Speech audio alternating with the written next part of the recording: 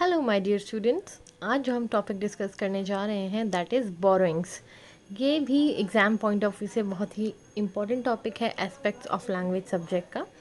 सो मैं जो ये टॉपिक डिफरेंट टॉपिक्स आप लोगों के लिए लेकर आ रही हूँ, ये मैंने लास्ट 10 ईयर्स के जो टॉपिक्स हैं जो बार बार रिपीट होते हैं एग्ज़ाम्स में, वही टॉपिक्स मैं डिस्कस कर रही हूँ सो दैट आप इन वीडियोज़ की हेल्प से ये टॉपिक्स अच्छे से मगअप कर पाओ, अच्छे से इनको समझ पाओ सो दैट एग्ज़ाम्स में आपको प्रॉब्लम ना हो।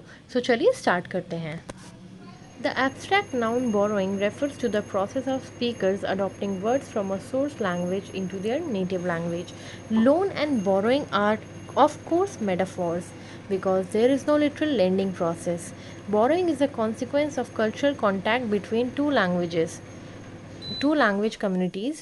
Borrowing of words can go in both directions between the two languages in contact, but often there is an asymmetry such that more words go from one side to the other. In this case, the source language community has some advantage of power, prestige, and or wealth that makes the objects and ideas it brings desirable and useful to the borrowing language community. For example, the Germanic tribes in the first few centuries AD adopted numerous loanwords from Latin as they adopted new products via trade with the Romans. Few Germanic words, on the other hand, passed into Latin. बच्चों यहाँ पे बात हुई है कि ये जो borrowing शब्द है ये कहाँ से आया। बच्चों, बोरोइंग का मतलब होता है कि जब स्पीकर्स जो किसी भी लैंग्वेज के बोलने वाले हैं वो दूसरी लैंग्वेज से कुछ वर्ड्स अडॉप्ट करते हैं अपनी नेटिव लैंग्वेज में। जैसे कि हम लोन लेते हैं उसी तरह से ये वर्ड्स बोरो किए जाते हैं। यहाँ पे जो बोरोइंग और लोन की बात हुई है ये मेटाफॉर्स हैं। मेटाफॉर क्या होता है बच्चों? मेटाफॉर होता है जब हम कोई अलग शब्द यूज़ करें किसी और मीनिंग के लिए। फॉर एग्ज़ाम्पल मैं आपको एक हिंदी का उदाहरण देके इसमें समझाती हूँ। जैसे कि हम कहते हैं कि तुम्हारे शब्द मुझे तीर की तरह लगे, तो यहाँ पे शब्द लिटरल में तो तीर नहीं बन सकते ना, बट हम तीर को किससे कनेक्ट कर रहे हैं, किससे रेफ़र कर रहे हैं? शब्दों को हम तीर से रेफ़र कर रहे हैं। तो ये जो तीर वर्ड है ये हमारा मेटाफॉर है। तो ऐसे ही यहाँ पे जो बोरोइंग और लोन वर्ड यूज़ हुआ है ये मेटाफॉर्स हैं, क्योंकि लिटरली कोई लैंडिंग का प्रोसेस ऐसा होता नहीं है कि हम एक लैंग्वेज से दूसरी लैंग्वेज में शब्दों को बोरो या लैंड कर पाएँ। इसके बाद है कि ये बोरोइंग होता कैसे है बच्चों? ये कॉन्सिक्वेंस है कल्चरल कॉन्टैक्ट का। जब दो लैंग्वेज कम्युनिटीज़ आपस में मिलती हैं तो उनमें आदान प्रदान होता है, चीज़ों का आदान प्रदान होता है, शब्दों का आदान प्रदान होता है। ठीक है, तो बोरोइंग जो है वो दोनों डायरेक्शंस में हो सकती है, मतलब कि एक लैंग्वेज तो दूसरे से लेगी और दूसरी लैंग्वेज भी उससे ले सकती है, बट ये इसमें एसिमेट्री है। ज़रूरी नहीं है कि 50-50% ये हो कि भाई मैंने 10 शब्द लिए तो तुम भी मुझसे 10 ही शब्द लो। नो, ज़रूरी ऐसा बिल्कुल ज़रूरी नहीं होता है। कभी एक साइड से ज़्यादा वर्ड्स हम लैंड कर लेते हैं और दूसरी साइड से कम कर लेते हैं। इससे क्या होता है कि जो सोर्स लैंग्वेज होती है इस मामले में थोड़ा सा बेनिफिट हो जाता है। इसका एक एग्जांपल है जर्मनिक ट्राइब्स। जब उन्होंने ट्रेड शुरू किया रोमन्स के साथ तो उन्होंने कुछ लैटिन्स के जो वर्ड्स थे उनको अडॉप्ट करना शुरू कर दिया, क्योंकि वहाँ के प्रोडक्ट्स आते थे तो उन प्रोडक्ट्स के लिए उन्हें अलग अलग नए नए शब्द जानने को मिलते थे। लेकिन अगर वहीं हम जर्मनिक वर्ड्स की बात करें तो वो लैटिन में बहुत कम पास हुए हैं। Celtic borrowings. Celtic peoples who invaded Britain are believed to have integrated with the people who previously inhabited the island, absorbing elements of the language spoken by this group, much in the way that the Normans were later to adopt many English words in order to adapt their new homeland. Celtic people जो थे जिन्होंने Britain को InvIT किया, उन्हें ये माना जाता है कि वो जो लोग पहले से उस आइलैंड पे रहते थे, इनहेबिटेड थे, उनके साथ उन्होंने इंटीग्रेट किया और वहाँ की जो लैंग्वेज थी जो उस ग्रुप द्वारा बोली जाती थी उसको एब्जॉर्ब किया। और इसी से बाद में काफ़ी इंग्लिश वर्ड्स जो हैं वो अडॉप्ट किए गए हैं, उन्होंने अडॉप्ट किए ताकि वो अडेप्ट कर पाएँ अपने न्यू होमलैंड में रहने के लिए। Celtic influence on the English language is mostly apparent through place names। और सेल्टिक इन्फ्लुएंस जो है इंग्लिश लैंग्वेज में ज़्यादातर प्लेसेस के जो नेम्स हैं उनमें नज़र आती है। For generations the language of Celts was referred to as British. और काफ़ी जनरेशंस तक जो सेल्ट्स की लैंग्वेज थी उसे ब्रिटिश कहा जाता था, the language of Britons. The native inhabitants of the land, जो वहाँ के नेटिव इनहेबिटेंट थे पहले, जब तक सेल्ट्स ने उन्हें इन्वेड नहीं किया था, उससे पहले जो वहाँ लोग रहते थे उन्हें ब्रिटॉन्स कहा जाता था, तो इसलिए सेल्ट्स की लैंग्वेज को काफ़ी समय तक ब्रिटिश कहा गया। Some names that survive are name of rivers such as Thames and the Yare and the important Roman towns such as London, York and Lincoln। ये सारे जो वर्ड्स हैं ये ऑलरेडी जो वहाँ की लोकल लैंग्वेज से, जो इनहेबिटेंट्स की लैंग्वेज थी, उसी में से लिए गए हैं। A number of names are compound of Celtic and Anglo-Saxon words. Two Celtic words for hill, bray and pen appear in a number of names. Brill in Buckinghamshire is a combination of Bree and Oe Hill. Bredon on the Hill is Leicestershire is a combination of Bree and Dun, both Celtic words. And Brewood in the Staffordshire is combined with Oe Voodoo. Pensax in Herefordshire means hill on the of the Anglo-Saxon। तो ये सारे जो places हैं यहाँ पे अलग अलग cities में, ये सब बहुत ज़्यादा इन्फ्लुएंस है जो सेल्ट्स की जो लैंग्वेज थी उससे, which gives an indication of the proximity but isolation in which Celtic communities would have existed until they were gradually pushed to the corners of Britain by the Anglo-Saxons। सो इससे हमें ये indication मिलता है कि इसमें distance के बारे में बात होती है, डिस्टेंस शो होता है बट आइसोलेशन में, क्योंकि जो सेल्टिक कम्युनिटीज़ थी वो आइसोलेशन में ही एग्जिस्ट करती थी, बट ग्रेजुअली उनको पुश कर दिया गया ब्रिटेन के कॉर्नर में एंग्लो सैक्सन्स द्वारा। The use of Combe or Khumbe as part of many places names come from Celtic word combe, which means valley, and was adopted into OE. The word tor is used mainly in the southwest of Britain, means rock, and is used in conjunction with the granite peaks of Dartmoor and Bodmin Moor, Haytor, Houndtor, etc. तो ये सारे word जो हैं ये जो वहाँ के native थे ब्रिटॉन्स, और जो सेल्ट्स ने वहाँ पे आके जो कुछ न्यू वर्ड्स वहाँ पे जनरेट किए, ये इन्हीं सभी का मिक्सचर है। And was incorporated into the name of the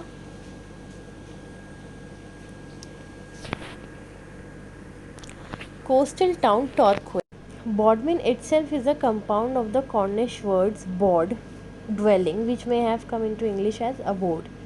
so ये जितने भी वहाँ पे अलग अलग सिटीज़ के नेम इसमें डिस्कस हुए हैं, बॉडमिन भी एक कंपाउंड वर्ड है जिसमें जो बॉड है उसका मतलब है ड्वेलिंग, मतलब कि रहना, जिसको इंग्लिश में जो चेंज होके अब हम एक वर्ड जानते हैं अबोर्ड, तो वो यहीं से आया है बॉड। एक सिटी है कॉर्नवॉल, ये भी इसका जो सिटी का ओरिजिनल नेम था उसी का एक एंग्लिसाइज फॉर्म है। और ऐसे वहाँ पे बहुत सारी सिटीज़ हैं, बहुत सारे प्लेसेस हैं जिनके पैरेलल नेम्स चलते हैं, जो एक उनका ओरिजिनल नेम होता है और अब जो उसका चेंज करके कर दिया गया है। जैसे कि एक वहाँ पे प्लेस है सेंट आइव्स जिसका कॉर्निश नेम है पोर्थिया।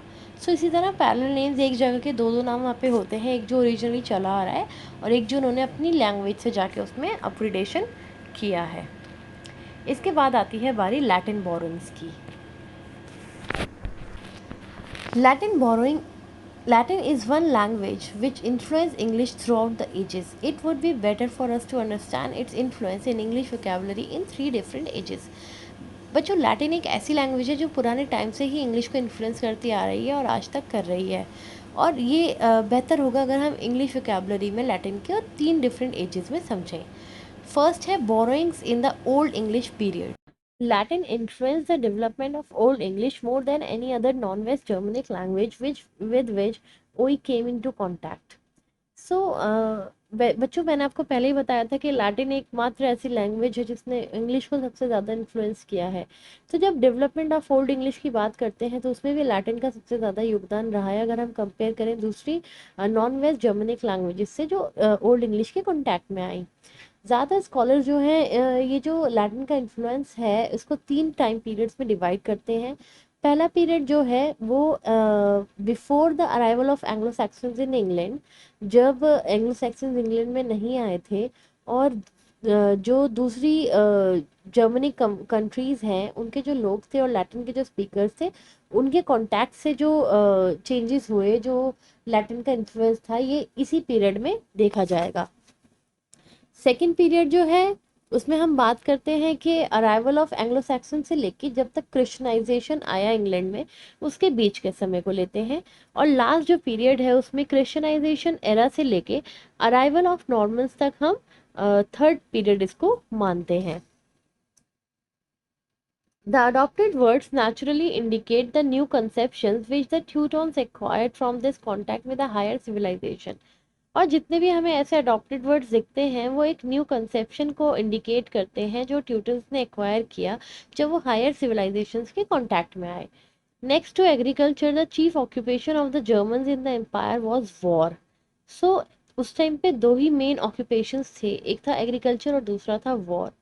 And this experience is reflected in words like camp, battle, saint, banner, pill, pointed stick, javelin, wheel, wall, pit, straight road, street, mill, mile, and military quotation.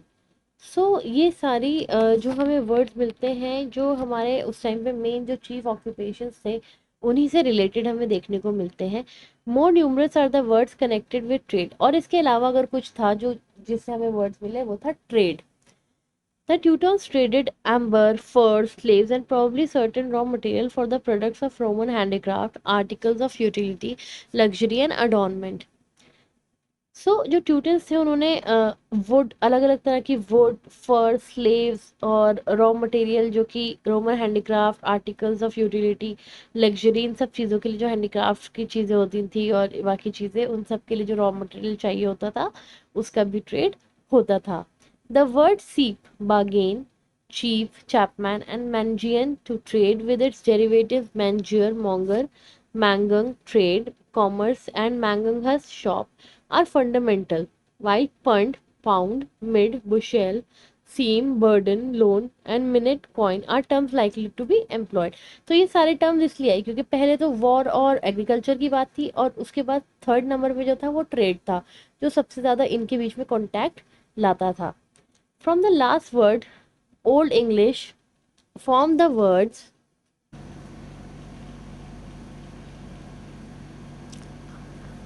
Mination, to mint or coin, minter, money changer. One of the most important branches of Roman commerce with the Teutons was the wine trade. Hence, such words in English as wine, must, vinegar, flask, bottle. To this period are probably to be attributed the words sile, cellulose, leather bottle, sirfet, guard, cester, jar, pitcher. A number of the new words relate to domestic life and designate household articles, clothing, Sistel, cattle, meat, tables, camel, bench, stool of modern chambers, stepped carpet। सो ये सारे जितने भी words आप screen पे देख रहे हो ये सारे हमें ओल्ड इंग्लिश में जो हमारे लैटिन से जो हमें इन हमारे वर्ड्स इन्फ्लुएंस्ड हैं वो सब यहाँ पे डिस्कस है। इसमें आपको लैटिन का वर्ड भी मिल रहा है देन उससे जो हमने अडॉप्ट किया जैसे कि कप्पा, हाँ अब इंग्लिश वर्ड है cup, Latin word is dish, English word discuss, Latin word is cochlearium and English word spoon। सो ये सारे वर्ड्स हमें लैटिन से ही मिले हैं जो पूरी तरह से लैटिन से इन्फ्लुएंस्ड है। The greatest influence of Latin upon old English was occasion by the introduction of Christianity into Britain in 597। A few words relating to Christianity, such as church and bishop, were borrowed earlier. The great majority of words in Old English having to do with the church and its services, its physical fabric, and its ministers were borrowed at this time। सो जो greatest influence हमें Latin का देखने को मिलता है old English पे वो जब क्रिश्चियनिटी का इंट्रोडक्शन हो गया उसके बाद ब्रिटेन में उसके बाद देखने को मिलता है। जैसे कि कुछ वर्ड्स तो ऐसे थे जैसे चर्च, बिशॉप जो पहले ही बोरो कर लिए गए थे बट लेकिन बाकी जितने भी इससे रिलेटेड वर्ड्स थे चर्च से रिलेटेड, उसकी सर्विसेज से रिलेटेड, उसके मिनिस्टर से रिलेटेड वो इसी टाइम पे बोरो किए गए जैसे कि एबॉट, एम्प्स, ऑल्टर, एंजल, एंथम, एरियन, आर्क, कैंडल। ये सारे वर्ड्स जो हैं ये बाद में ही बोरो किए गए। Thus we that extent and variety of the borrowings from Latin in the early days of Christianity in England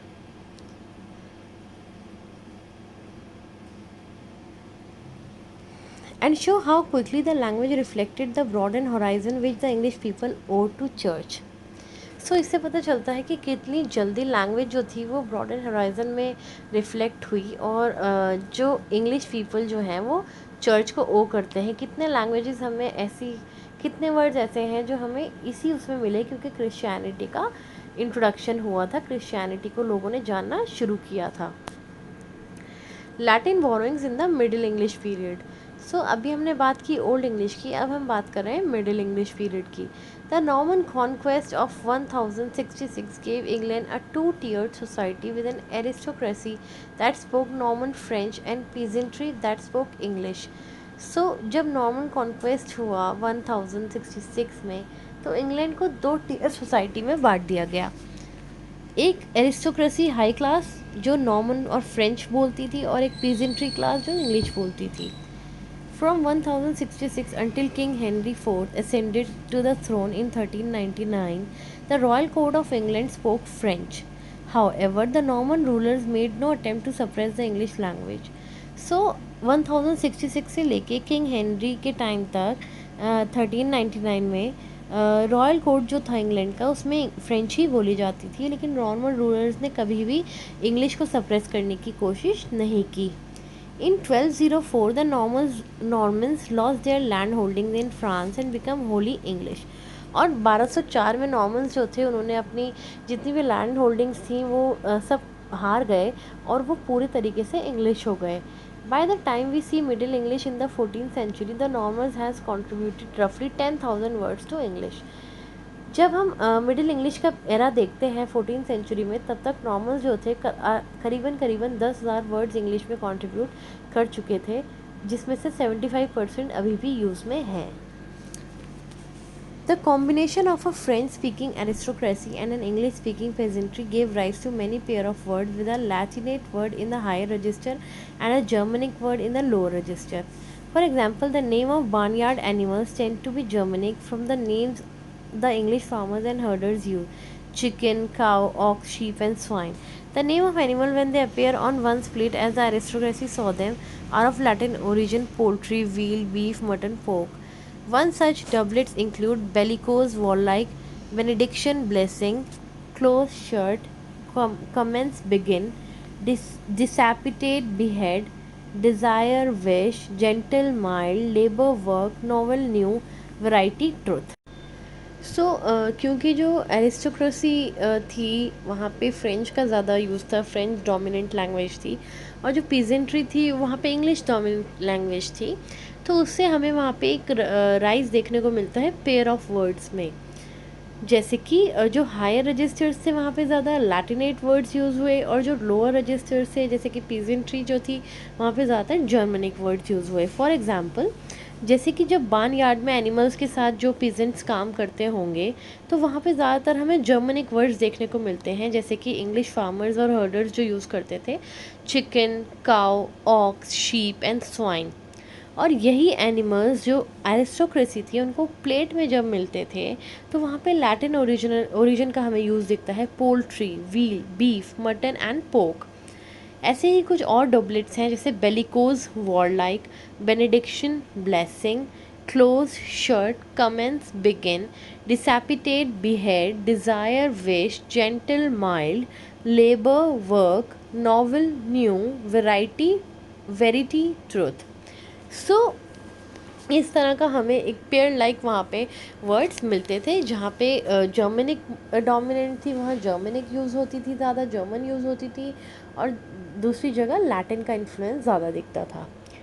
during the reign of the Normans many words related to the ruling class and the business of government entered English from French. So जब Normans का rain शुरू हुआ तो जितने भी words जो ज़्यादातर French के यूज़ होते थे रूलिंग क्लास में और गवर्नमेंट के बिजनेस में, वहाँ पे अब इंग्लिश का यूज़ शुरू हो गया था। जैसे कि काफ़ी सारे वर्ड्स हैं: conservative, attorney, belief, baron, city, countess, county, damage, duchess, duke, empire, executive, felony, govern, etcetera. तो ये सारे वर्ड जो हैं ये अब फ्रेंच की तरफ से इंग्लिश ज़्यादा वहाँ पे यूज़ होने लगी थी। A few words retain the French construction of noun followed by adjective, in contrast to the typical English construction of adjective plus noun: attorney general, court martial, and malice aforethought. सो कई words ऐसे हैं जहाँ पे French को retain किया गया और उसमें नाउन को एडजेक्टिव ने फॉलो किया। अगर वहीं इंग्लिश में क्या होता है, जब इंग्लिश का कंस्ट्रक्शन होता है एडजेक्टिव प्लस नाउन होता है, जैसे कि attorney general, court martial, malice aforethought, ठीक है। अब बात आती है Latin borrowings in modern English period. During the English renaissance 1500 to 1650, some 10,000 to 12,000 words entered in the English lexicon, including lexicon. Many of these words were borrowed directly from Latin, both in its classical and medieval forms. Some examples include aberration, allusion, anachronism, democratic, dexterity, enthusiasm, imaginary, juvenile, pernicious, and sophisticated. The dawn of the age of scientific discovery in the 17th and 18th century created the need for the new words to describe newfound knowledge. So, जैसे कि हमने पढ़ा कि modern English में जो English renaissance का period था 1500 से 1650, वहाँ पे कम से कम 10,000 से 12,000 वर्ड जो थे वो इंग्लिश में एंटर हो चुके थे और ज़्यादातर ऐसे वर्ड्स थे जो डायरेक्टली लैटिन से बोरो किए गए थे उनकी क्लासिकल और मिडीवल फॉर्म्स में, जिसमें से हमने अभी कुछ वर्ड यहाँ पर पढ़े हैं। और जब 17th सेंचुरी में जब साइंटिफिक डिस्कवरी स्टार्ट ही हो रही थी 17 और 18 सेंचुरी में, तो नए वर्ड्स की एक नीड उठी न्यू फाउंड नॉलेज के लिए। Many words were borrowed from Latin while others were coin from Latin root prefixes and suffixes. काफ़ी वर्ड्स ऐसे थे जो लैटिन से उस टाइम बोरो किए गए और काफ़ी ऐसे थे जिन्हें लैटिन रूट से लेके बनाया गया, मतलब प्रीफिक्स और सफिक्सेस लगा के एक नए वर्ड्स को जन्म दिया गया। While English has also made liberal use of Greek roots and affixes, Greek words elements are only combined with other Greek elements. Latin word elements in contrast freely combine with elements of all other language including native Anglo-Saxon words. So ऐसा नहीं है कि सिर्फ Latin roots का ही use हुआ, Greek roots का भी English में काफ़ी यूज़ हुआ है, बट ग्रीक वर्ड एलिमेंट जो होते हैं वो ओनली ग्रीक एलिमेंट्स के साथ ही कंबाइन कर पाते हैं इन कंट्रास्ट ऑफ लैटिन जो है लैटिन रूट्स किसी भी लैंग्वेज के साथ कंबाइन करी जा सकती हैं, जैसे कि नेटिव एंग्लो सैक्सन वर्ड्स के साथ भी। Some of the words which entered English at this time are analysis, apparatus, aqueous, atomic, carnivorous, component, corpuscle, data, dynamic, experiment, formula, incubate, machinery, mechanics, molecule, nucleus, organic, ratio, structure, synthesis, theory and vertebra. So ये सारे words थे जो इस time पर acquire किए गए। Greek was also a language of learning and Latin itself borrowed words from Greek. Greek भी एक सीखने वाली लैंग्वेज थी और लैटिन ने काफ़ी सारे वर्ड्स खुद भी ग्रीक से बोरो किए हैं।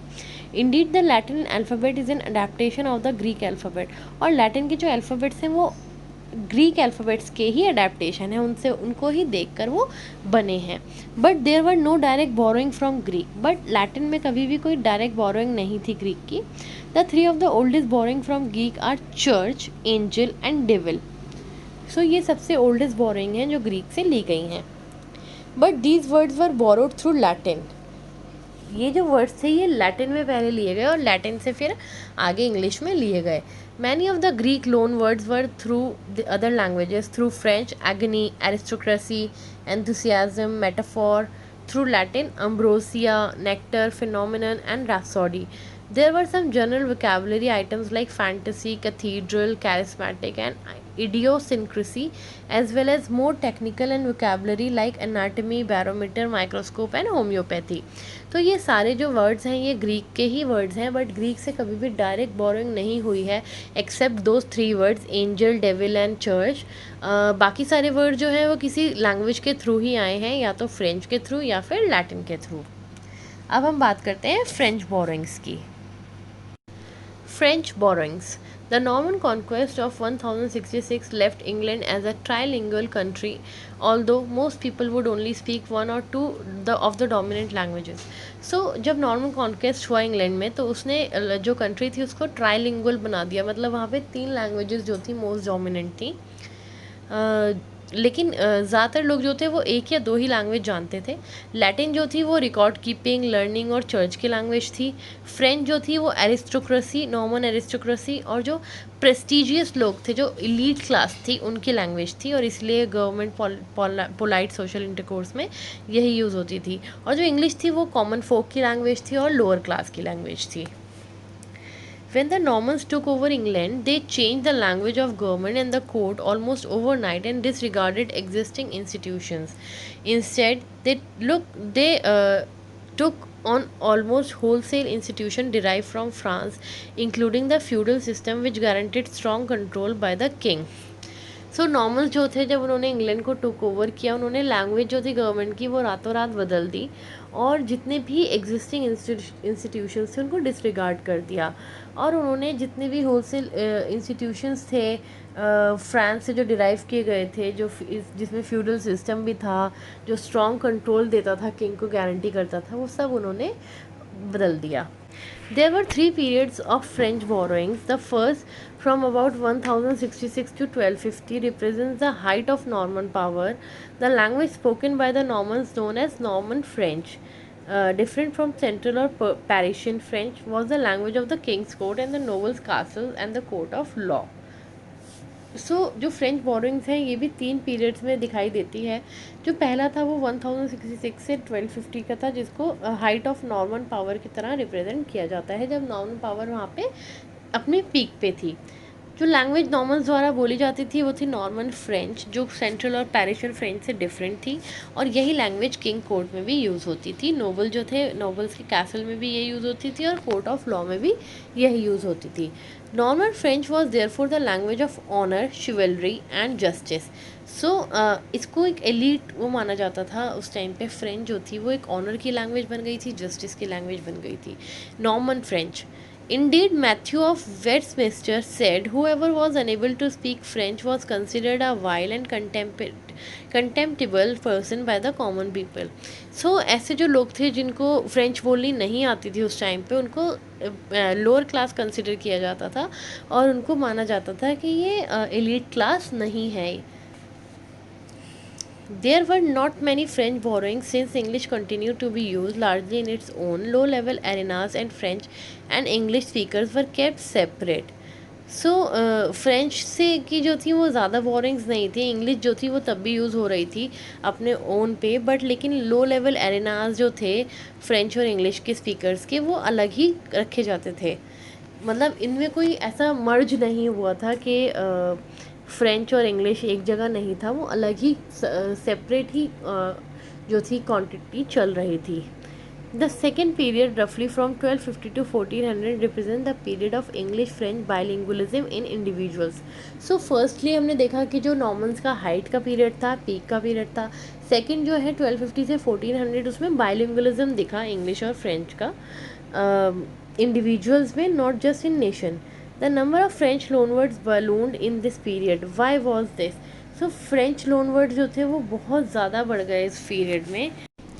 Very briefly, this is what happened. In 1204, Normandy in northern France, where the Normans came from, जहाँ से आए थे Normans, उस जगह का नाम है Normandy. Normandy was acquired by the French king. Among other things, it meant that the Norman aristocracy in England couldn't travel back and forth between their lands in England and France anymore. क्या हुआ, 1204 में Normandy जो था वो एक French king द्वारा acquire कर लिया गया. तो इसका मतलब था जो नॉर्मन एरिस्टोक्रेसी थी इंग्लैंड में, वो वापस नहीं जा सकती थी अपने लैंड्स में. तो इंग्लैंड और फ्रांस का जो ये आना जाना था ये ख़त्म हो गया था. They had to choose whether they wanted to remain in England और इन फ्रांस. तो उनको चूज़ करनी थी दोनों में से एक जगह. Those who remain in England begin to see England as their home. This led to reassertion of English as a language of realm. As English was on its way in, the gaps in English vocabulary had to be filled by loanwords from French. These include items pertaining to new experiences and ways of doing things introduced by the Normans. While the English already had kings, queen and earls, terms taken from French includes count, countess, sir, madam, duke, marquis, dauphin, viscount, chevalier, servant and master. Other domains which became enriched with French loanwords include. क्या हुआ, क्योंकि अब France वाले France में थे, England वाले England में थे। तो जो इंग्लैंड में रह गए उन्होंने इंग्लैंड को ही अपना घर मानना शुरू कर दिया था। तो इसकी वजह से एक रियर्जर्शन हुआ कि इंग्लिश ही उनके रैम की लैंग्वेज है। और जब इंग्लिश को इतना दर्जा मिल चुका था तो इंग्लिश की जो वोकेबलरी में गैप्स थे उनको भी भरना था। और क्योंकि वो फ्रेंच पीपल थे तो वो भरे कैसे जाएंगे, फ्रेंच लैंग्वेज द्वारा भरे जाएंगे। तो इसीलिए जो था काफ़ी न्यू एक्सपीरियंसेस हुए नॉर्मन्स को और नई चीज़ें सीखने को मिली। और इंग्लिश में ऑलरेडी किंग क्वीन अर्ल्स तो वर्ड थे, लेकिन फ्रेंच से जो वर्ड आए ये जो हमने अभी पढ़े ये सारे थे। इसके अलावा कुछ और फ्रेंच लोन वर्ड्स हमने लिए गवर्नमेंट में, जैसे कि parliament, chancellor, government, country, crown, finance में ट्रेजर, वेज, पावर्टी, लॉ में attorney, plaintiff, larceny, fraud, jury, verdict, war में battle, army, castle, tower, siege, banner, religion में miracle, charity, saint, pardon, morality में virtue, wise, gentle, patience, courage, mercy, courtesy, pity. तो ये सारे words French से ही लिए गए थे।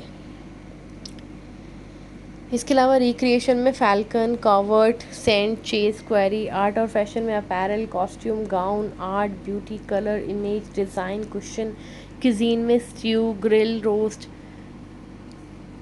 ऐसे bacon, mutton, pork, veal, venison, household relationship में अंकल, आंट, नेफ्यू, कज़न, जो फादर, मदर, ब्रदर हैं ये ओल्ड इंग्लिश से ही आए हैं और सिस्टर जो है स्कैंडिनावियन बॉर्डरिंग से आया है। सो ये सारे वर्ड हमने फ्रेंच से लिए।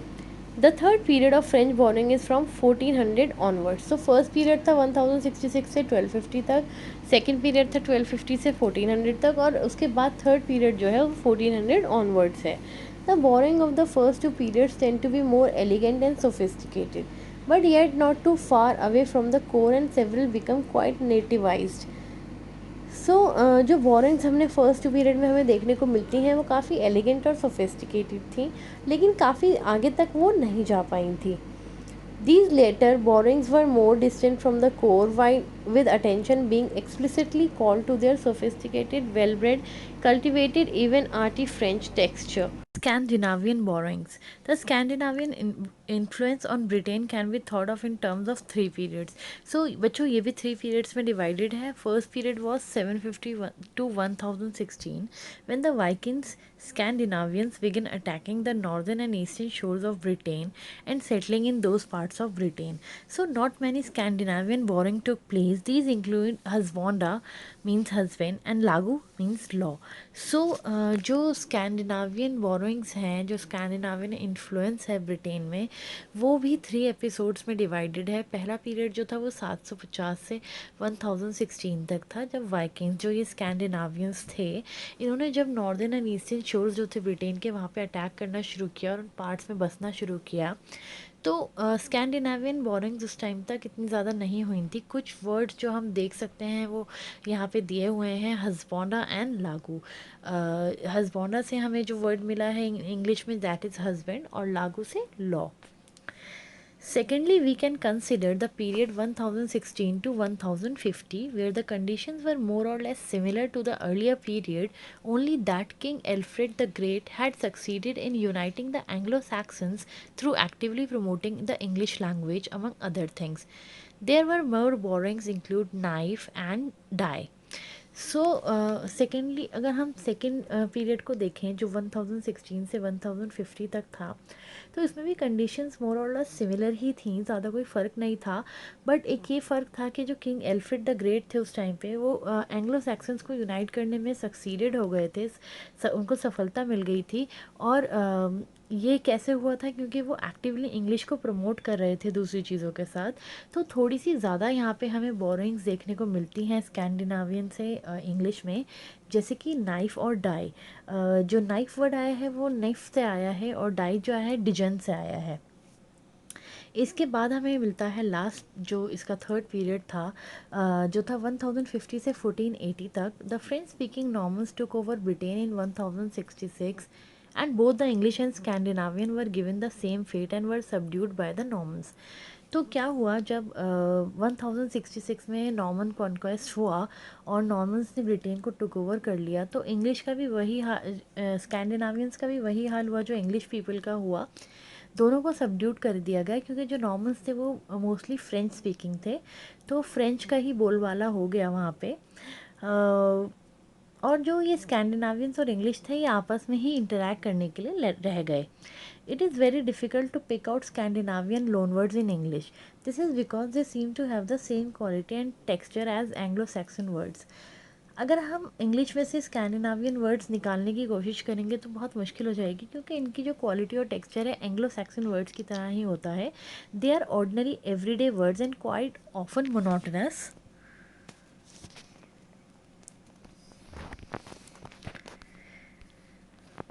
Monosyllabic and include grammatical verbs like the verb are, to be, or the pronouns their, them, and they, and some of the commonest words in English today like bag, dirt, fog, knife, flat, low, odd, ugly, want, trust, get, give, take, raise, smile, and though.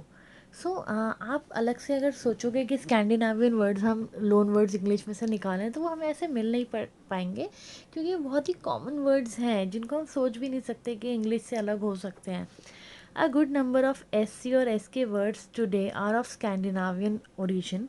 Skate, scorch, score, scole, scrap, scrub, skill, skin, skirt, sky. So आप देख पा रहे हो जो SC और SK वाले words आजकल हम यूज़ करते हैं ये ज़्यादातर स्कैंडिनावियन ओरिजिन के ही हैं. Scandinavian loanwords are therefore more usefully considered are core items under these conditions. The English word sometimes displays the cognate Scandinavian word fish instead of fisk, goat instead of gate. कई बार क्या होता है कि English word जो होता है वो displace कर देता है जो ओरिजिनल कॉग्नेट स्कैंडिनावियन वर्ड है, जैसे कि fish instead of fisk, goat instead of gate. Scandinavian word sometimes displays the cognate English word egg instead of a, sister instead of sister. कई बार स्कैंडिनावियन वर्ड जो होते हैं वो डिस्प्ले कर देते हैं जो ओरिजिनल इंग्लिश वर्ड होता है, जैसे कि egg and sister. Both might remain but with somewhat different meanings. कई बार दोनों वर्ड्स होते हैं बट दोनों के मीनिंग थोड़े से डिफरेंट होते हैं, जैसे कि dike ditch, hale whole, raise rise, sick ill, skill, craft, skirt, and shirt. The English word might remain but take on Scandinavian meaning dream, originally joy, mirth, music, rivalry. And the English word that were becoming obsolete might be given a new lease of life, dale and barn. ये कुछ different conditions हैं जिसमें दोनों एक साथ भी चल सकते हैं, नहीं तो एक डिस्प्लेस हो जाता है और दूसरा रह जाता है. इसके अलावा भी कुछ बोरोइंग्स हैं जिनको हम थोड़ा सा देख लेते हैं.